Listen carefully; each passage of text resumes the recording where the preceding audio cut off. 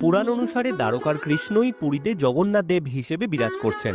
শ্রীকৃষ্ণের সঙ্গে জড়িয়ে আছে ৫৬ ভোগের কাহিনী।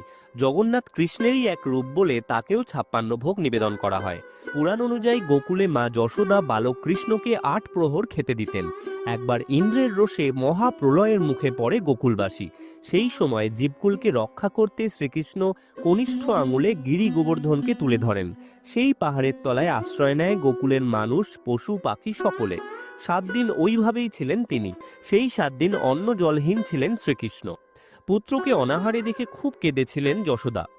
শেষে প্রলয় থামলে ব্রজবাসী সহ যশোদা ৭ দিন ও ৮ প্রহরের হিসেবে কৃষ্ণের জন্য ৫৬টি পদ পরিবেশন করেছিলেন।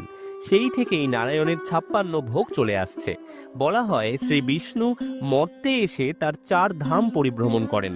তিনি হিমালয়ের বদ্রীনাথ ধামে স্নান করেন, তারপর গুজরাটের দ্বারকা ধামে গিয়ে বস্ত্র পরিধান করেন, ওড়িশার শ্রীক্ষেত্র ধামে ভোজন সারেন এবং রামেশ্বরমে গিয়ে বিশ্রাম।